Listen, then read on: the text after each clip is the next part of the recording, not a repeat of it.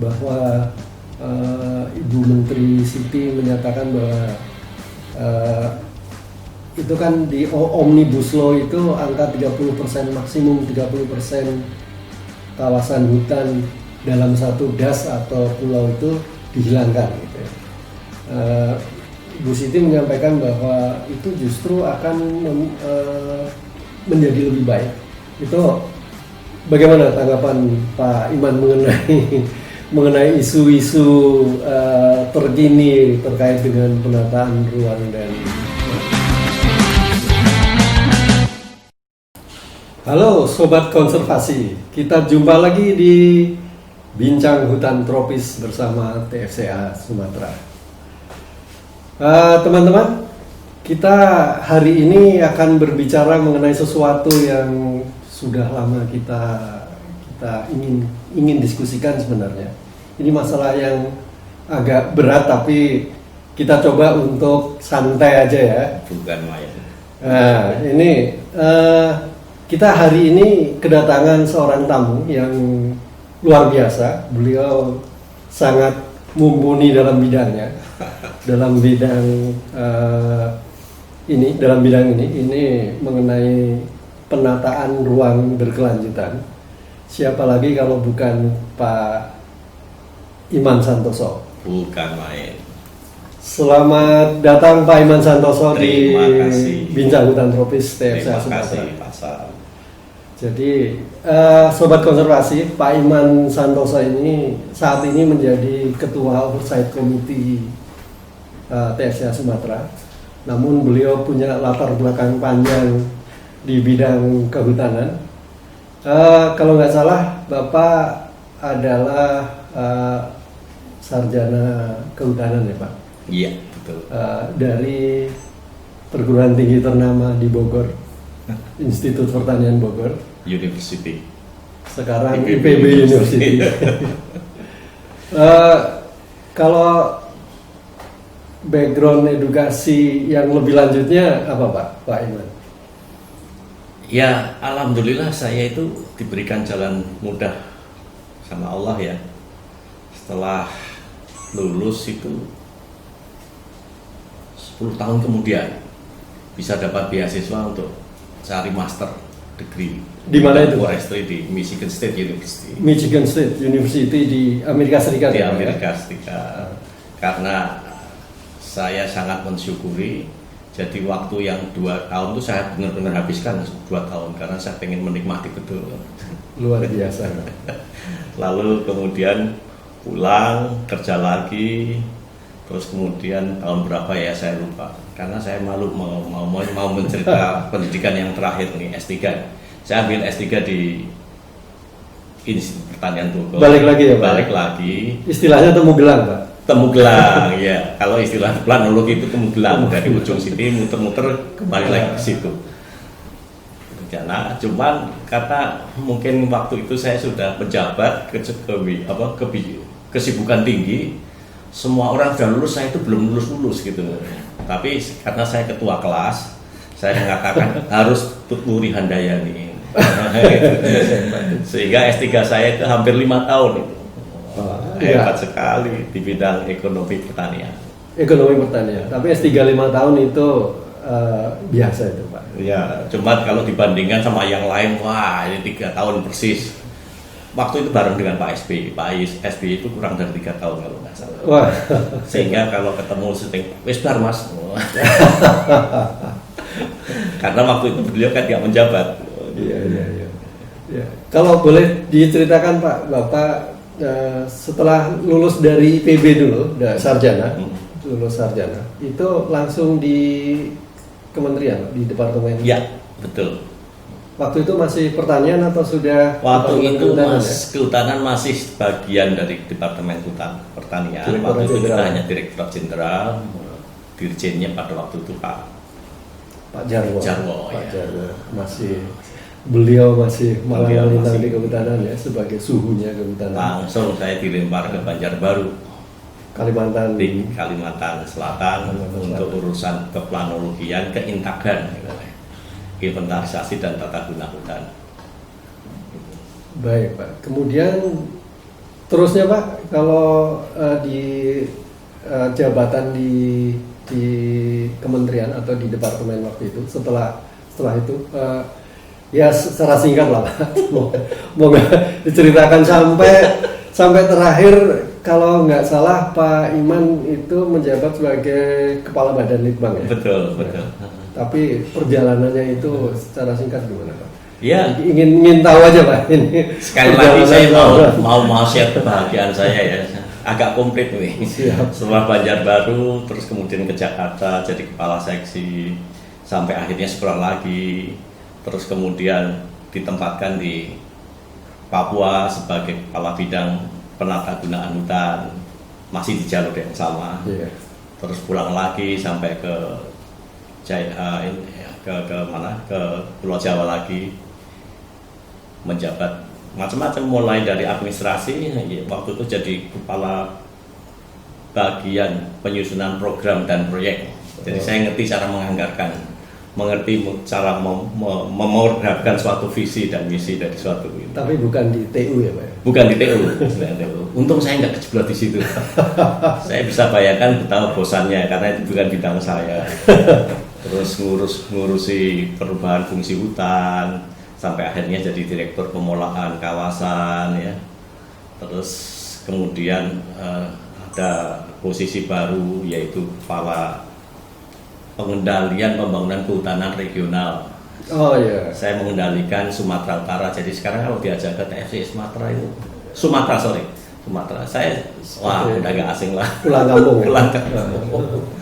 Sampai akhirnya ya waktu zamannya Pak Zulkifli saya diminta untuk jadi Dirjen BUK Bina Usaha Kehutanan di sana. Terus kemudian waktu itu ada kekosongan di Badan Litbang, saya diminta untuk memimpin Badan Litbang sampai akhirnya pensiun. Alhamdulillah pensiun, masih disuruh kerja oleh teman-teman NGO. Kelihatannya komplit ini. Di pemerintah komplit dan sekarang Pak Iman di Conservation International. Iya. Sebagai apa Pak di Conservation? Saya di Conservation International diminta untuk menjadi Senior Policy Advisor untuk masalah terestrial. Jadi sangat relevan ya Pak dengan background Bapak di. Nampaknya begitu, kawan-kawan di CI nampaknya melihat background saya di situ ya sudah. Jadi walaupun saya lebih senang menjadi advisor spiritual saja. Penasehat spiritual. Baik Pak, mungkin itu teman-teman itu latar belakang Pak Iman. Saya kira beliau sudah menjalani satu perjalanan kehidupan yang panjang dan saya juga perlu belajar kepada beliau. Sama-sama harus saling belajar. Kita mungkin langsung menuki ke topik kita Pak. Okay. Kita ini apa yang mau kita bicarakan? Kita ngobrolin sesuatu yang agak berat, tapi kita usahakan kita santai aja ya Pak ya. Ini mengenai penataan ruang Pak. Jadi masalah penataan ruang kan selama ini menjadi topik yang sering didiskusikan di mana-mana.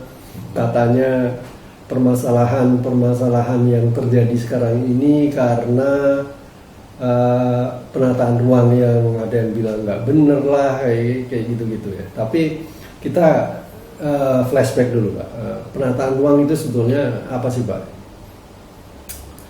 Penataan ruang itu adalah, kalau saya melihat ya, dan saya geluti sejak tahun 80 sebelum ada Undang-Undang Tata Ruang, itu sebetulnya untuk menciptakan suatu ruang yang benar-benar aman, nyaman, artinya buat kita ya, aman, nyaman, produktif dan berkelanjutan. Sehingga kalau tidak ada penataan ruang yang benar, maka keempat hal itu bisa terganggu. Jangan-jangan kita nggak merasa aman tinggal di suatu wilayah, dan kita tidak bisa nyaman, yang akhirnya tidak bisa berproduksi secara optimal. Celakanya lagi ruangnya itu sendiri nggak sustainable. Kira-kira intinya mengarah ke sana. Ruang yang dihuni manusia ini itu kita ingin menempatkan sesuatunya itu sesuai dengan apanya Pak? Kemampuannya. Kemampuan dan sesuai dengan tujuan manusia untuk hidup itu. Iya. Sehingga di situ nanti akan ada di suatu tata ruang itu nanti ada gambaran mengenai hal-hal yang kita butuhkan untuk hidup itu ada di mana saja. Itu tergambar di struktur ruang. Ada jalan di sana, ada pabrik di sana, ada pemukiman di sana dan lain sebagainya. Tapi secara besar juga dikatakan ada yang boleh untuk diapa-apain, yaitu ruang yang budidaya. Yeah. Tapi ada yang harus kita hati-hati. Betul. Kawasan lindung. Kita Jadi secara proteksi ya. betul. Karena sehingga kita mempunyai satu rencana bagaimana mencukupi kebutuhan hajat hidup manusia. Terus kedua, menciptakan ruang-ruang yang go and no go, kira-kira gitu. Tapi nggak no-go banget. Baik Pak.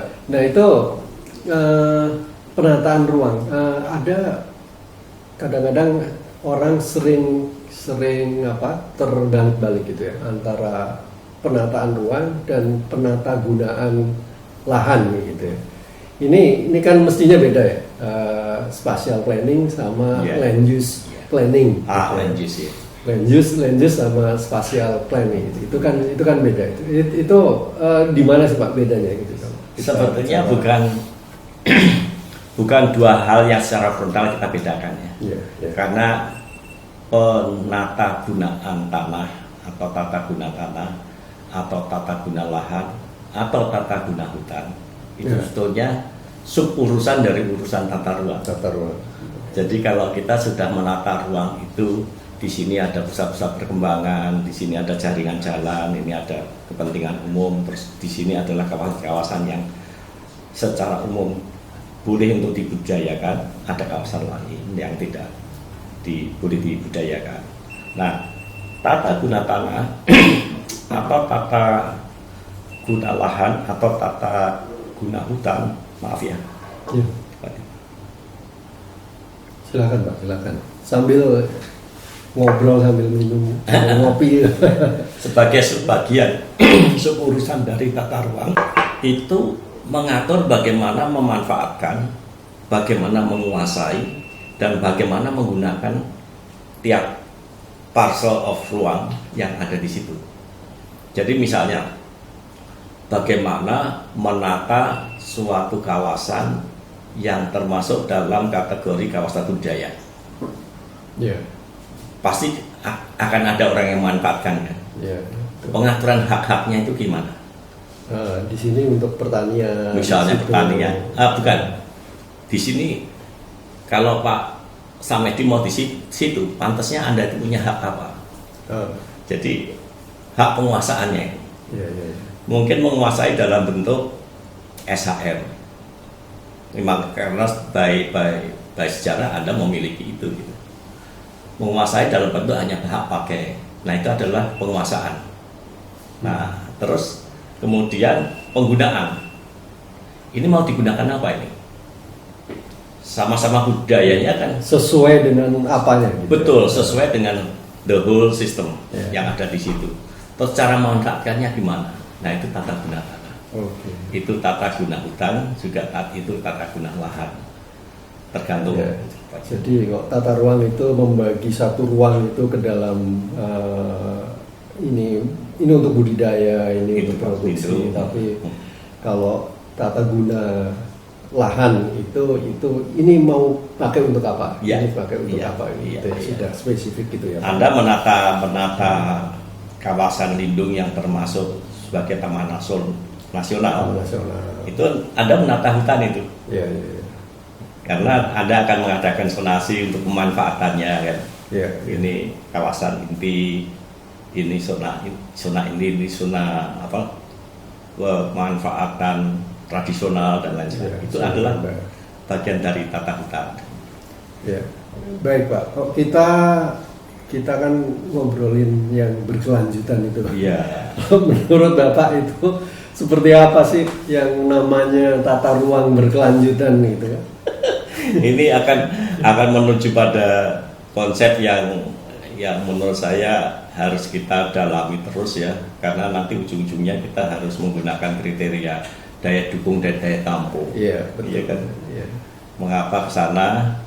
bumi kita ini kan cuma satu ya untuk manusia. Ya ini aja kita for this time being rasanya nggak membayangkan hidup di planet lain. Hanya ada planet bumi itu kita. Sementara kita sendiri beranak pinak menjadi banyak. Betul. Selain itu nafsu kemauannya juga semakin mengembang, nggak macam-macam.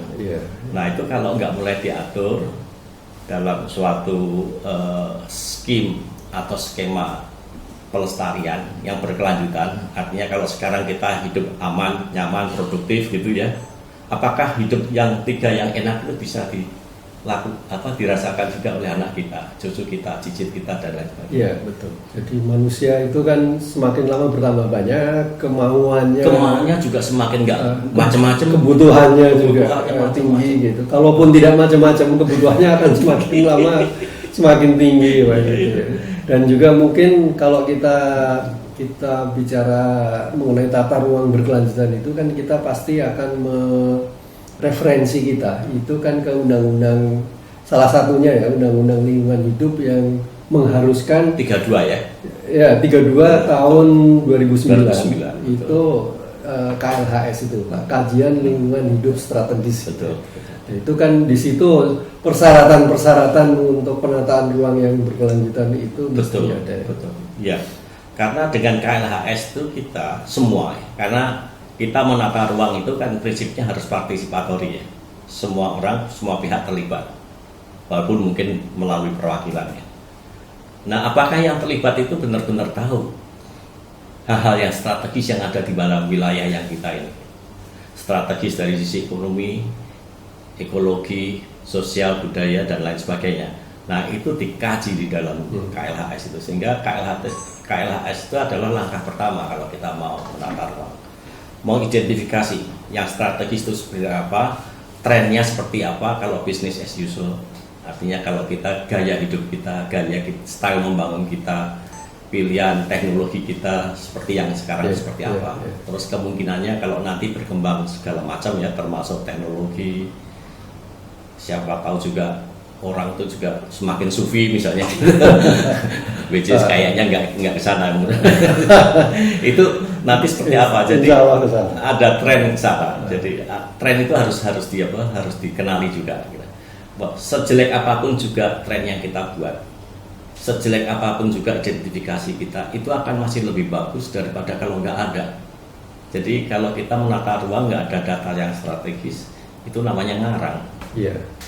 Benar. Jadi kalau kita bicara tadi mengenai penataan ruang yang berkelanjutan itu, ada kalau orang bilang ini, saya merefer ke pernyataan Pak Emil Salim. Beliau ya guru kita lah, dewa kita itu untuk lingkungan hidup. Untuk lingkungan hidup itu beliau pernah mengatakan bahwa keanekaragaman hayati ini adalah masa depan umat manusia. Nah, kita kaitkan dengan masalah penataan ruang berkelanjutan ini, Pak. Jadi, bagaimana kita mengharus utamakan keanekaragaman hayati ini di dalam penataan ruang yang berkelanjutan itu?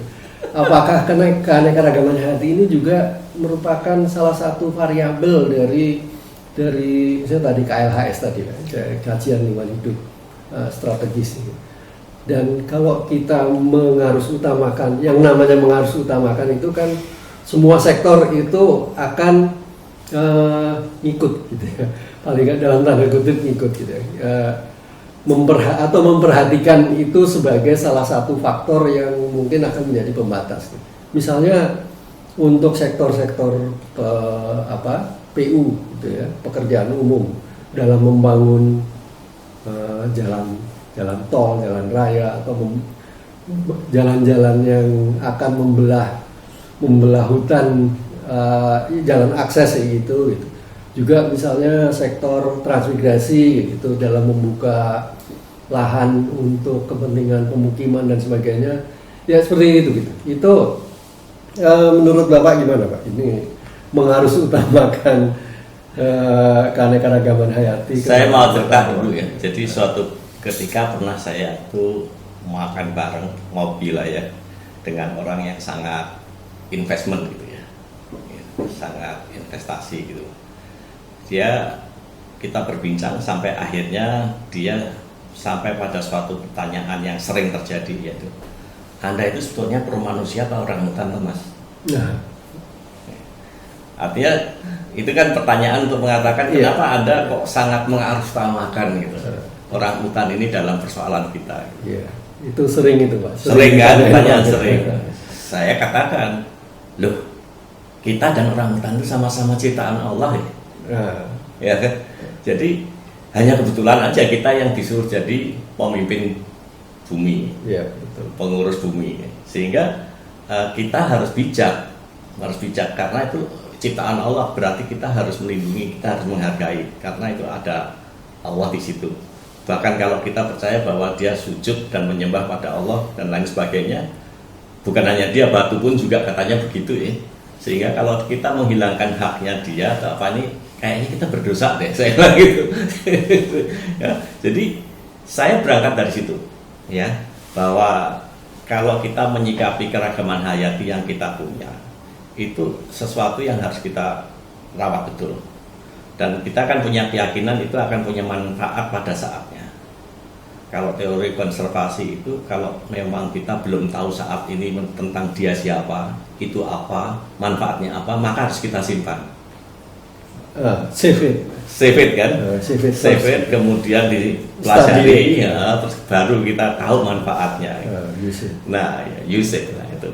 Sehingga itu betul. Kalau kita harus mengutamakan dalam artian dia masuk ke dalam arus utama pembangunan.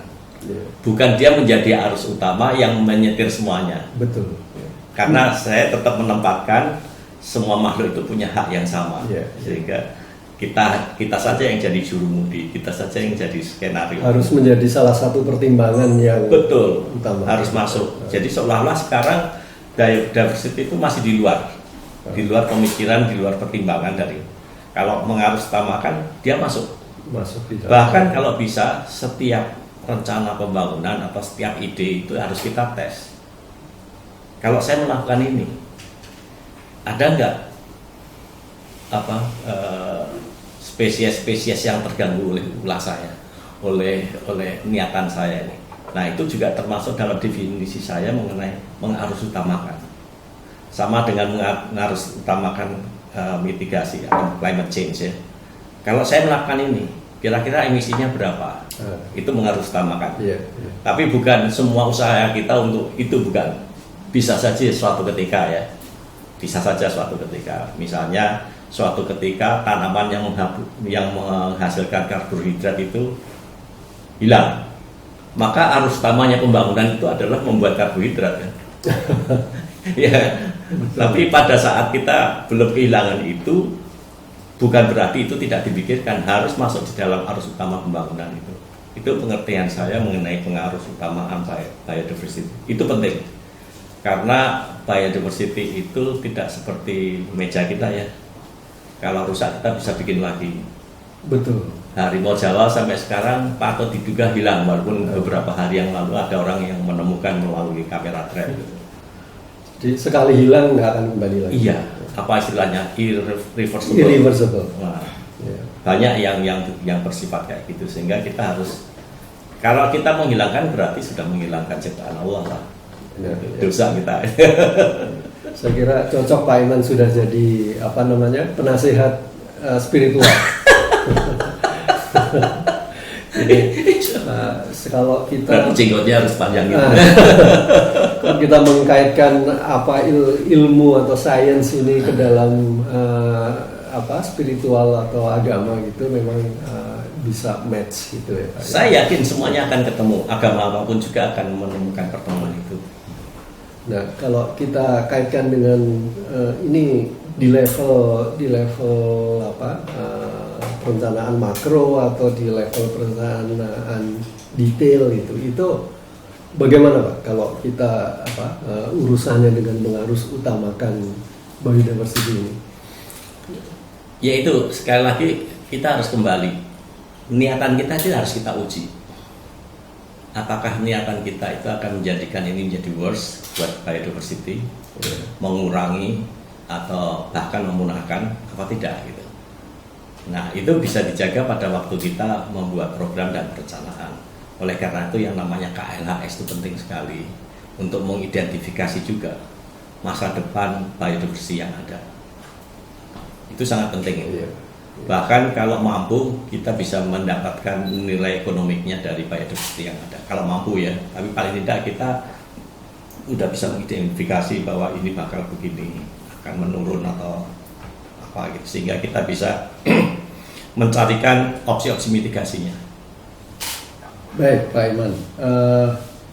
Sobat konservasi tadi, saya kira betul ya, Pak Iman ini sudah mengarah ke menjadi penasehat yang sifatnya lebih spiritual. Jadi, Insya Allah.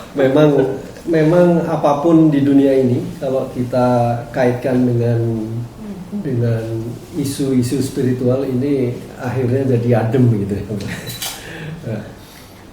Saya mungkin kembali ke topik ini, Pak. Pak Iman tadi sepintas menyinggung mengenai tata guna hutan. Dulu itu kita pernah kenal dengan yang namanya tata guna hutan kesepakatan. TGHK. That's my favorite issue. Ini gimana Pak hubungannya dengan penataan ruang yang sekarang ini menjadi hiruk pikuk kayak gitu? Nanti maaf ya kalau saya cerita mengenai ini terpaksa saya harus nyambung sedikit tentang sektor kehutanan. Nggak apa-apa Pak, itu feel free ya. Jadi begini, sampai dengan tahun 80-an wilayah kita di Indonesia itu belum terencanakan mau dijadikan apa. Iya. Pada waktu itu kalau nggak salah, maaf kalau saya salah ya, kalau nggak salah kita sangat depend on kinerjanya Direktorat Tata Guna Tanah. Iya. Dalam bayangan kita, Tata Guna Tanah akan menyiapkan suatu rencana makro mengenai tanah di Indonesia itu mau kita gunakan seperti apa, kita mau manfaatkan seperti apa. Tapi so far nggak jadi, ya, nggak jadi. Terus kemudian di bidang kehutanan sendiri, sampai dengan saat itu kita juga hanya melakukan tugas Departemen Pertanian Direktorat Jenderal Kehutanan untuk melakukan penunjukan dan penetapan kawasan hutan. Iya. Tapi yang kita lakukan selama ini apa? Parsial. Jalan-jalan di suatu wilayah, iki kayak pantasnya buat jadi kawasan hutan. Wah, dicermati. Terus dikeluarkanlah surat penunjukan kawasan hutan oleh Menteri Pertanian. Diikuti dengan penataan batas, kemudian ditetapkan menjadi kawasan hutan tetap. Kawasan hutan. Nah, jadi Dan waktu itu hutan kita, hutan ya, bukan kawasan hutan, itu masih lebih dari 160 juta hektar ya Pak? oh iya, lebih. Nah, jadi terus sampai dengan tahun 80 itu akhirnya pada waktu Pelita 3 kalau nggak salah. Iya. Banyak rencana-rencana land based development yang marak karena memang harus. Iya. Karena dengan dibukanya undang-undang investasi dalam negeri dan luar negeri itu banyak investor di bidang land based development ya, bisa kehutanan, bisa pertanian, perkebunan dan lain sebagainya, marak. Terus pembangunan yang lain seperti transmigrasi juga besar. Pada waktu itu seingat saya Pelita 3 itu targetnya 500.000 kakak. Bayangkan pindah dari Jawa ke luar Jawa. Iya.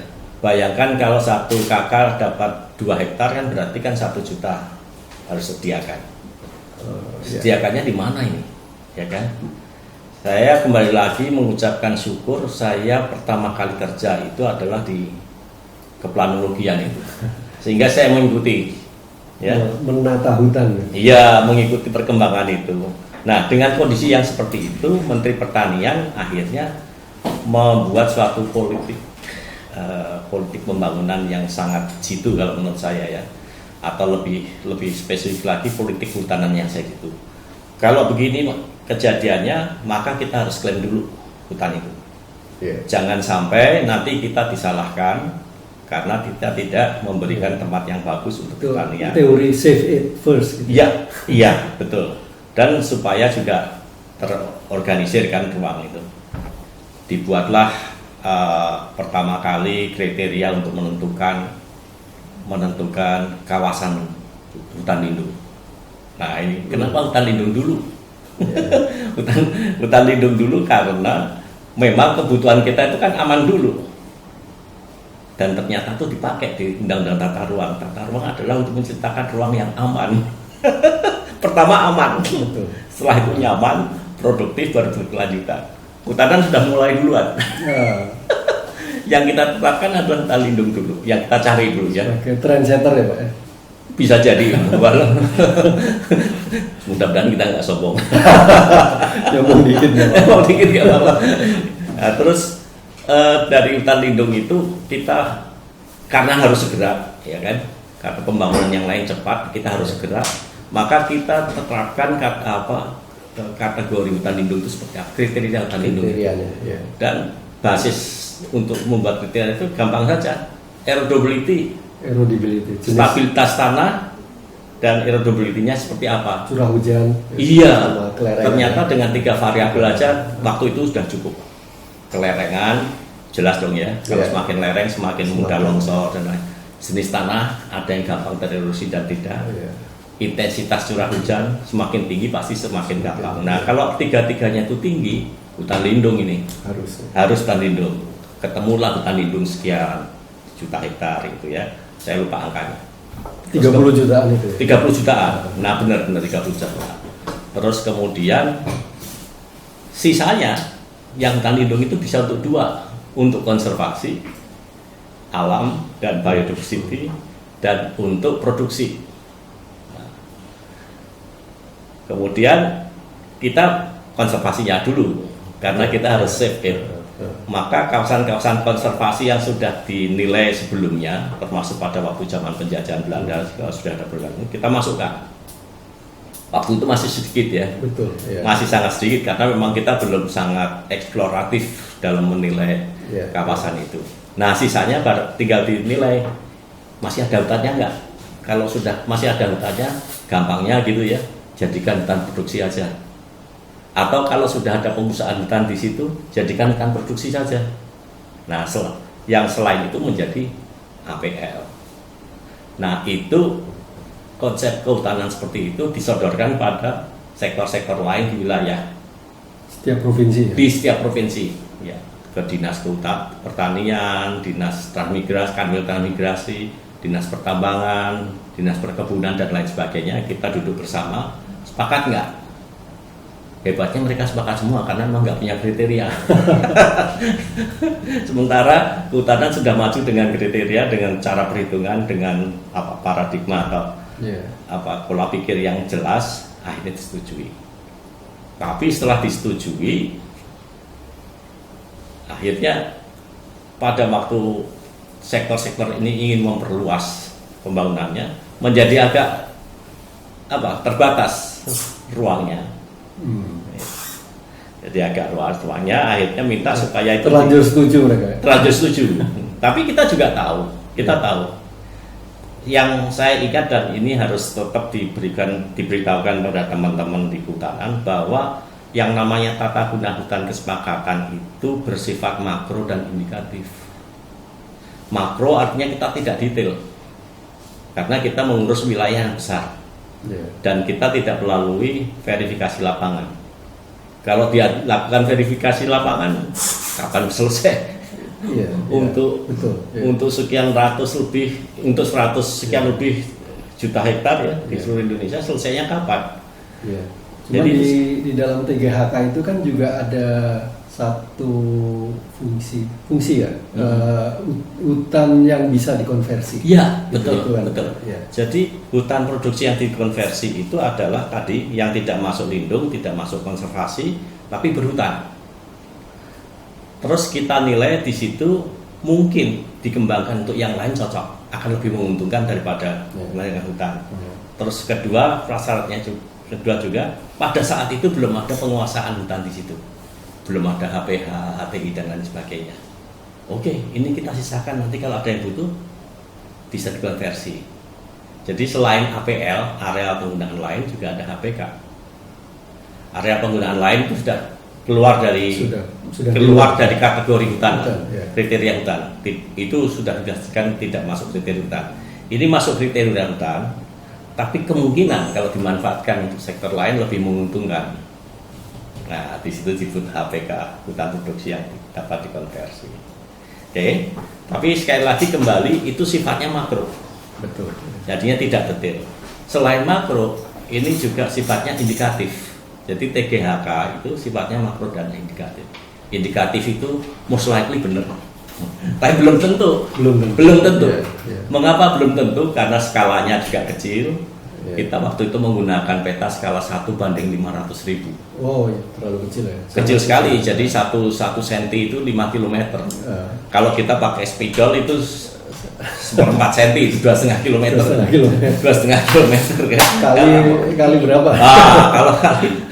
Jadi itu sangat indikatif. Most likely benar. Iya. Terus Masya Allah Mas, saya karena terlibat di penyusunan TGHK untuk Kalteng, Kaltim, dan Kalsel. Apa coba yang kita gunakan petanya itu? Peta tahun 48. Peta Belanda itu? Enggak, malah itu peta Amerika. Petanya bukan peta geologi dan geografi dan peta penerbangan. Tapi itu akurasinya malah tinggi gitu kan? Bisa jadi, tapi informasi biofisiknya kan tidak banyak, iya kan? Skalanya juga kecil ya. Tapi lebih baik kita menggunakan peta terbaik yang ada daripada tidak menggunakan sekali, ngarang kan? Iya. Jadi kita mulai dengan the best available data, which is kalau kita bandingkan sekarang wah kuno sekali, jadul sekali, ya kan? Tapi paling tidak kita sudah bisa mencanangkan sekian. Bisa, gitu. Jadi dulu berapa ya yang kita dulu? Seingat saya itu menteri pernah mencanangkan luas hutan, hutan tetap kita akan sekian. Iya, gitu. Pernah itu rasanya 115 juta hektar ya. Dengan TGHK. Iya.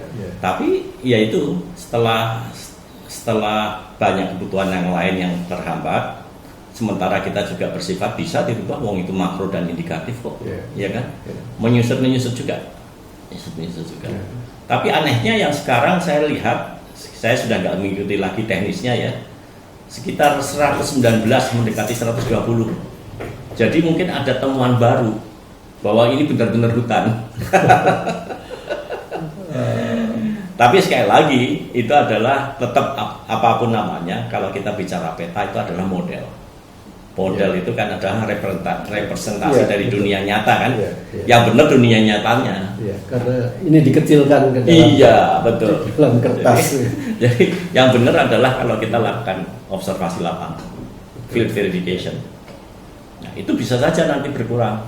Kalau kita itu tadi tata guna hutan kesepakatan. Kemudian kan ada yang namanya padu serasi. Nah, benar, sangat benar. Ya, karena banyak sektor yang ternyata ingin merubah itu, maka lahirlah undang-undang tata ruang. Jadi ruang itu harus ditata. Nah, ini sombong yang kedua ini. Kalau nggak ada TGHK mungkin belum ada. Gara-gara ada TGHK terus ada ide untuk membuat tata ruang. Nah, tata ruang yang diciptakan pertama nampaknya sangat bentrok, sangat tidak klop dengan TGHK. Sehingga pada waktu itu ada ide untuk padu serasian antara TGHK dan tata ruang. Nah, disitulah terjadi istilahnya kalau deliniasi keluangan hutan itu akhirnya berubah. Ada yang masuk, ada yang in out juga. Tapi most likely semua kawasan konservasi dan lindung nggak ada yang berani ngutak-ngatik.